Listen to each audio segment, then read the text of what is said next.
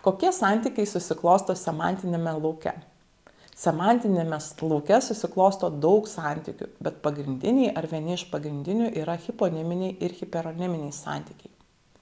Hiponiminiai ir hiperoniminiai santykiai buvo apibrėžti kaip semantinio priklausimo santykiai tarp bendresnio ir specifinio termino.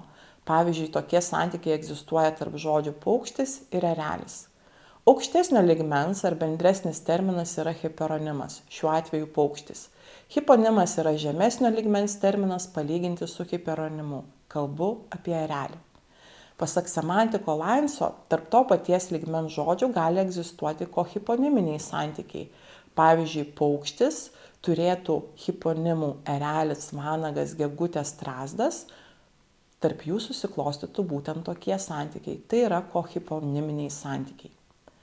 Apibūdinant tokio tipo santykius būtina nurodyti lygį, apie kurį kalbama, nes kartais vienas ir tas pats žodis gali priklausyti skirtingiems lygiams.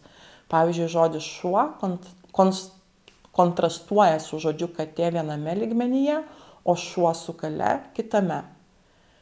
Kitas semantikas Kruzas teigia, kad hierarchinė hiponimų ir hiperonimų sistema yra taksonimija.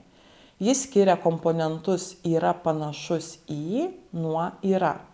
Taip pat atskiria taksoniminį priklausimą nuo netaksoniminio. Pavyzdžiui, spanielis yra šuns hiponimas, o kačiukas yra katės hiponimas. Pasakymas spanielis yra šuns rūšis yra normalus ir mums įprastas, o pasakymas kačiukas yra katės rūšis skamba kiek keistokai, pripažinkime. Taksonimijos terminą vartoti Kruzas siūlo tik pirmuoju atveju, tai yra tada, kai apibūdinami santykiai tarp rūšies ir giminės. Kitais žodžiais tariant, dabartinėje kalbotyroje hiperoniminiai, hiponiminiai santykiai taip ir apibūdinami. Tai hierarchiniai santykiai tarp giminės aukštesnės pakopos ir rūšies žemesnės pakopos.